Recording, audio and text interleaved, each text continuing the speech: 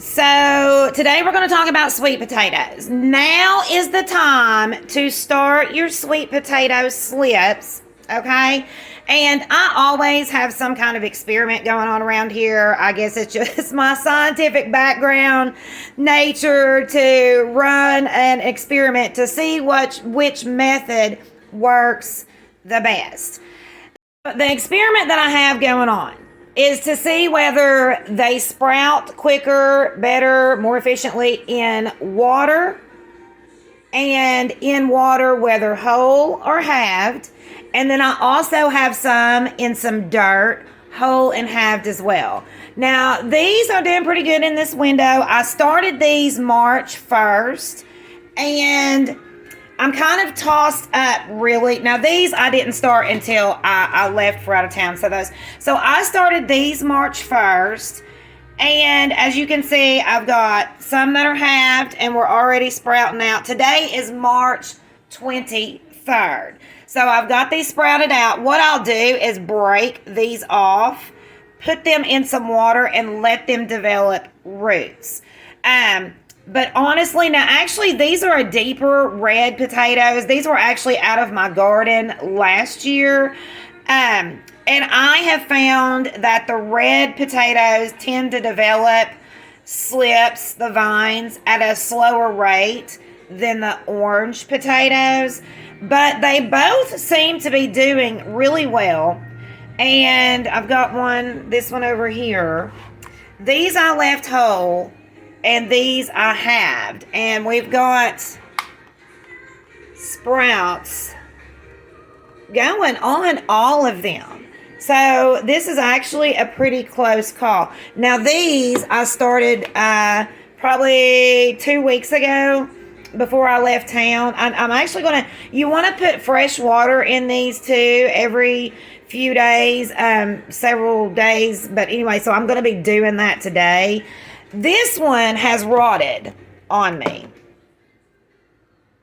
I'm not sure what happened here, but I will be throwing that one out. This one is doing okay. I actually look like I might have a little vine starting right there on the side. I don't use, a lot of people stick them with toothpicks, but I just don't drown them in water. As you can see, it's just, I have very light water. These need some in the bottom, and that works well for me. I find it less work. So let's go look at the sweet potatoes in my grow room. So we're in my grow room here, and these I have going in dirt. And this is actually one in a cup as well. Now, so I started this one and this one. This is a good comparison. Let me get it over here. Because these were started the exact same time and the exact same method.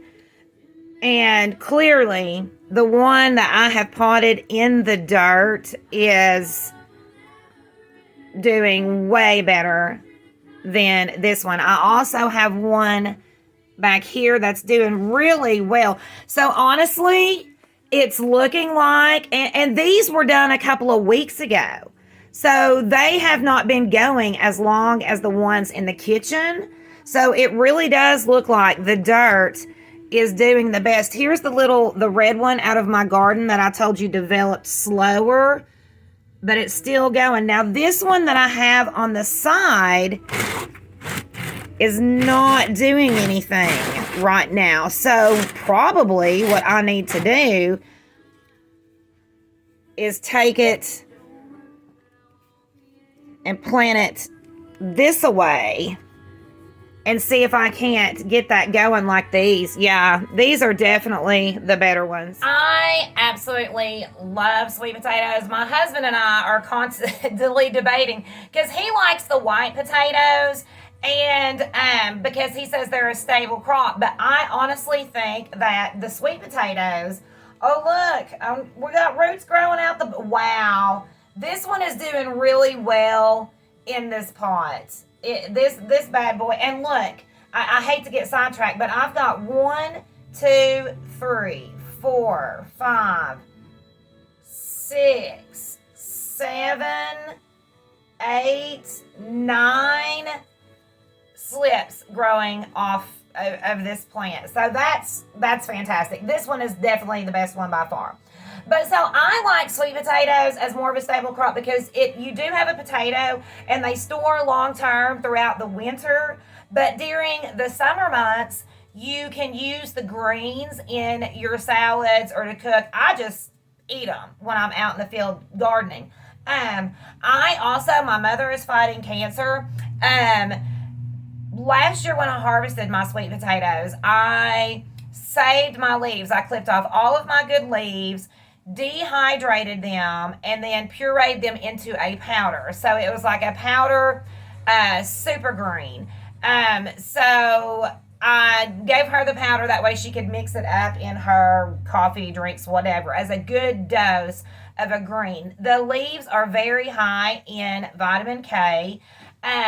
The potatoes themselves, the beneficial compounds in this are anthocyanins and the carotenoids. So they're good for your eyes. They're good to help prevent and fight cancer, diabetes, heart health, brain function. They're just an excellent food all around. And I think these are just so cute. I just love them. Some of my family always tells me like I should have went into more of a like gardening than nursing, but I enjoy both. And actually it's like they go hand in hand, just health overall. So these I love growing them. They're so fun. They're one of my favorite things to grow. They do really well for me.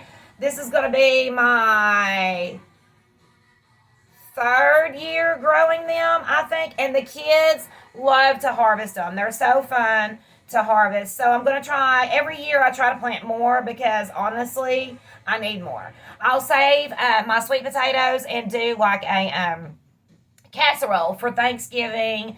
And usually I use what I have for one casserole in Thanksgiving. And it is delicious. It is the best sweet potato casserole you'll ever eat. I actually took some to my patients last year. I take them Thanksgiving dinners. I'll box it up.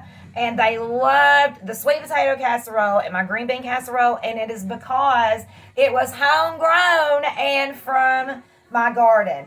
So, I definitely think this method seems to be working a lot better considering look at this. I started this one at the same time. And